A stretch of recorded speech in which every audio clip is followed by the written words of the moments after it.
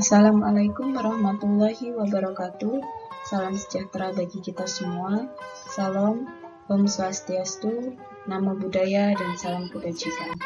Bapak dan Ibu guru hebat, siswa-siswi hebat, terutama siswa-siswi SD Negeri 3 Gereja Harjasari, masih dalam rangka aksi nyata pelatihan mandiri melalui platform Merdeka Belajar.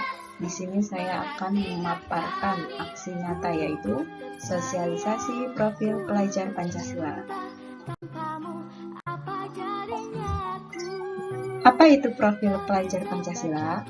Profil pelajar Pancasila merupakan elaborasi tujuan pendidikan nasional sekaligus komitmen bersama seluruh penyelenggara pendidikan dalam membangun sumber daya manusia Indonesia. Dan pelajar Indonesia merupakan pelajar sepanjang hayat yang memiliki kompetensi global dan berperilaku sesuai dengan nilai-nilai Pancasila. Ada 6 elemen yang membangun profil peserta didik yang dikenal dengan profil Pancasila yang harus diaplikasikan dalam kehidupan sehari-hari sebagai pelajar sepanjang hayat.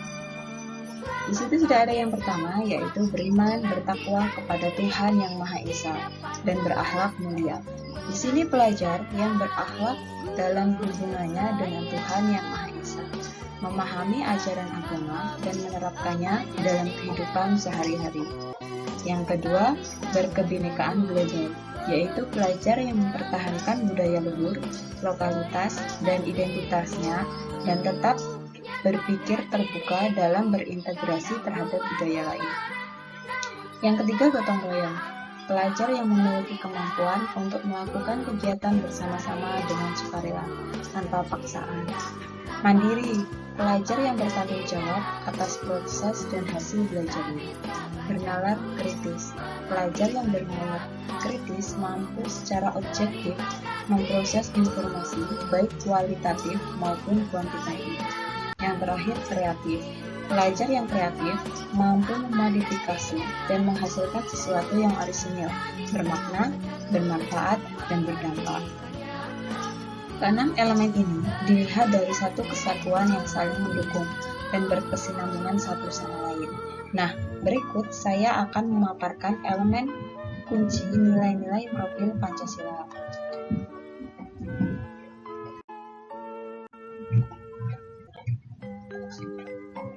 Yang pertama, beriman, bertakwa kepada Tuhan Yang Maha Esa dan berakhlak mulia. Elemen kunci ini, yang pertama, akhlak beragama. Mengenal sifat-sifat Tuhan dan menghayati bahwa inti dari sifat-sifatnya adalah kasih sayang.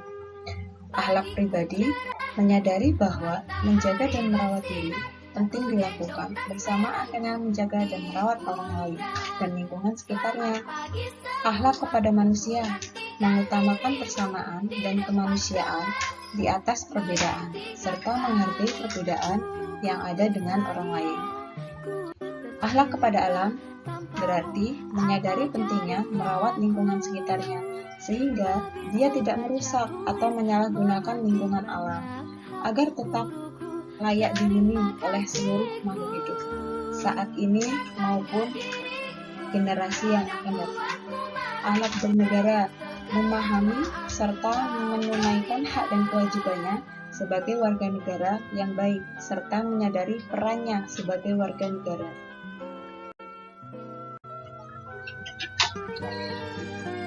Elemen kunci berkebinekaan global. Mengenal dan menghargai budaya, baik itu mengenali, mengidentifikasi, dan mendeskripsikan berbagai macam kelompok berdasarkan perilaku, cara komunikasinya, dan budayanya, serta mendeskripsikan pembentukan identitas dirinya dan kelompok. Juga menganalisis bagaimana sih menjadi anggota kelompok sosial, baik itu tingkat lokal, regional, nasional, dan global.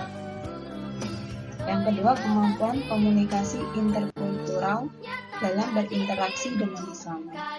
Yang ketiga, memperhatikan, memahami, menerima keberadaan, dan menghargai keunikan masing-masing budaya sebagai sebuah kekayaan perspektif sehingga terbangun kesalingpahaman dan empati terhadap sesama. Yang terakhir, refleksi dan tanggung jawab terhadap pengalaman kebinekaan. Secara reflektif memanfaatkan kesadaran dan pengalaman kebinekaannya agar terhindar dari prasangka dan stereotip terhadap yang damai dan inklusif, berkeadilan sosial, serta berorientasi pada pembangunan yang berkelanjutan.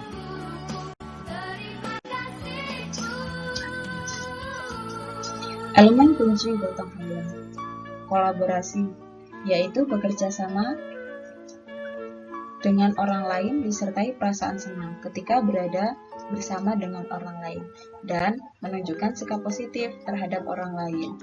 Yang kedua, kepedulian, memperhatikan dan bertindak proaktif terhadap kondisi atau keadaan di lingkungan fisik sosial. Yang terakhir, berbagi, memberi dan menerima segala hal yang penting bagi kehidupan pribadi dan kehidupan bersama, serta mau dan mampu menjalani kehidupan bersama yang mengedepankan penggunaan bersama sumber daya dan ruang yang ada di masyarakat secara sehat.